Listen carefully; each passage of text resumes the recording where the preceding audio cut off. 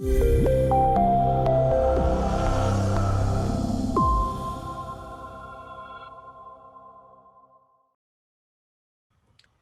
you see here, and what I wanted to show really, that it's like a network, a grid. And on that grid, we can hang all the organs and the blood vessels and the nerves and the veins, you know, and then we can apply the fascia. So if you do a little bit of sculpturing,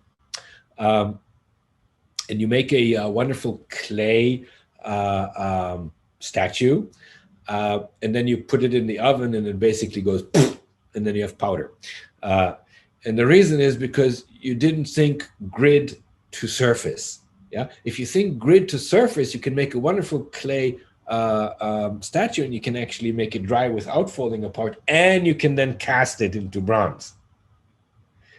Meaning, the extraordinary vessels provide the grid that really allows a good function of the fascia via the 12 channels, a good function of the fascia via the filters of the divergence. Do you understand what I'm saying? That's why I totally agree with Manaka. Yeah, I mean, who am I to agree or not to agree? But I still, being a practitioner for a long time, you know, I totally see how Manaka came to the conclusion that it is an antique skeletanoid. It is really involved in the pre-heaven, in the differentiation of organs and systems and cells, and you know, but then it becomes the structure, right? Then it is done with the involvement and the evolution, but it remains the structure. And upon that structure, if it's built well, everything else is functioning or has a dysfunction. You know, and we all know disruptions in the very early childhood, disruptions in the babyhood, or disruptions in development, even in uterus, are catastrophic to the development, and can you know, be the problem in adulthood. So this grid, this is what I wanted to show vis-a-vis the fascia, you know, vis-a-vis the other channels, including the divergence. This is really, we have a chance here to improve, to work, to smoothen, to clean, to shine a grid network. And that grid network is, you know, is ventral, dorsal, and then mid, you know, shish kebab, right through the renmai and the dumai. We have laterality that have two, you know, we have more a ventrolateral and we have more dorsolateral, yin chao mai, yang chao mai. And for the upper limb, yin wei mai, yang wei mai, right? We have a very clear, and this is very important sometimes in treatment, to make a distinction between upper and lower. Very clear, damai, right? Upper, lower. You belong above, you belong below. And this grid, these divisions sometimes also help us understand how a vibrational signal goes from the ankle all the way to the head and influences our mind, but also our neurological functions, vision, you know, etc., etc. I'm talking about, for example, yin chao mai, yang chao mai, that actually directly address, you know, the inner and outer canthus, directly addressing the sphenoid bone, which in the middle sits the pituitary. You see what I'm talking? Structurally, and structural imbalance can definitely bring you to a hormonal and a organ imbalance.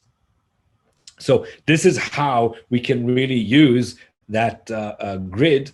And needless to say, the opening points here assigned to that particular channel, again, these are new. Yes, these are new, because we have REN 1 and we have REN 5 and we have REN 20 and we have, you know, we have all kinds of points on actually the REN, and we have points on the do, right? So why do we need to use lug 7 if we have points on the REN and do? What's that?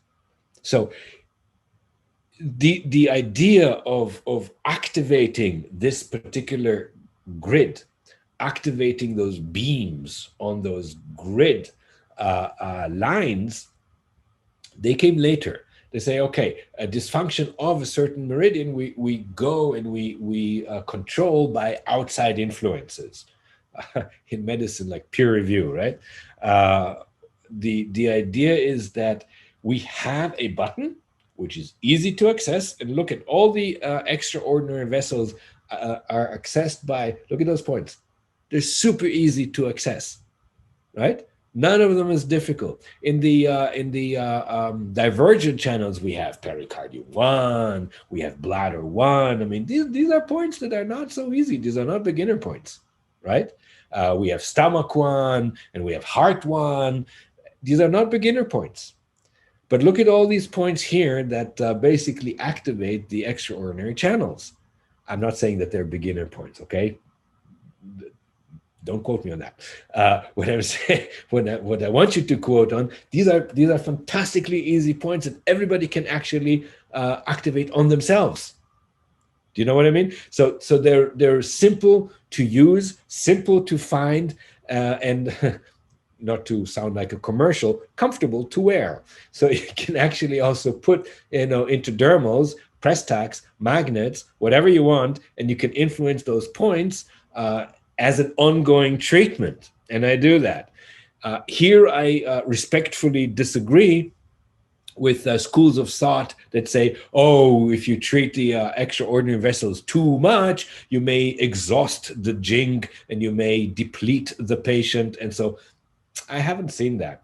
I just saw that if the patient doesn't want to use,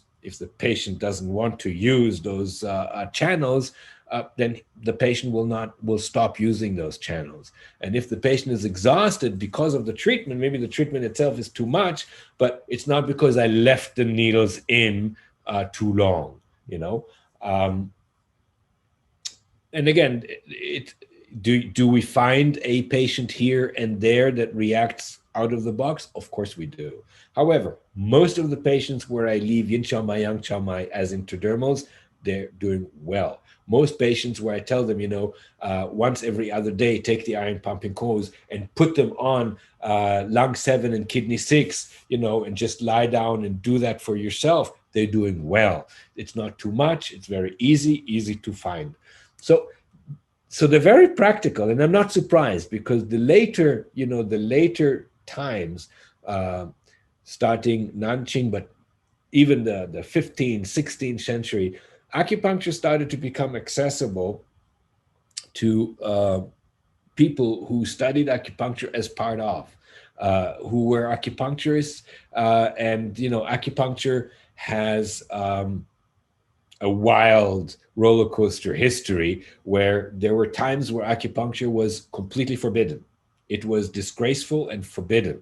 Sometimes acupuncture was only meant for the royal family, hence the 5 element, only allowed to palpate from elbow to fingers and from knee. God forbid you palpate the pubic bone, verboten. All right. Sometimes acupuncture was actually only allowed to be practiced by women. Men are not. They're herbalists. They're herbalists, right? And today acupuncture, gets influenced by all of those times in history. So the idea of finding something practical always appeals to me, because it really allows the patient to also use the extraordinary vessels. And here comes another idea that the code punched in to the body is really first laterality conditioned and order conditioned, which means, for example, if I want to use the Ren Mai, I use lung 7 and kidney 6. All right.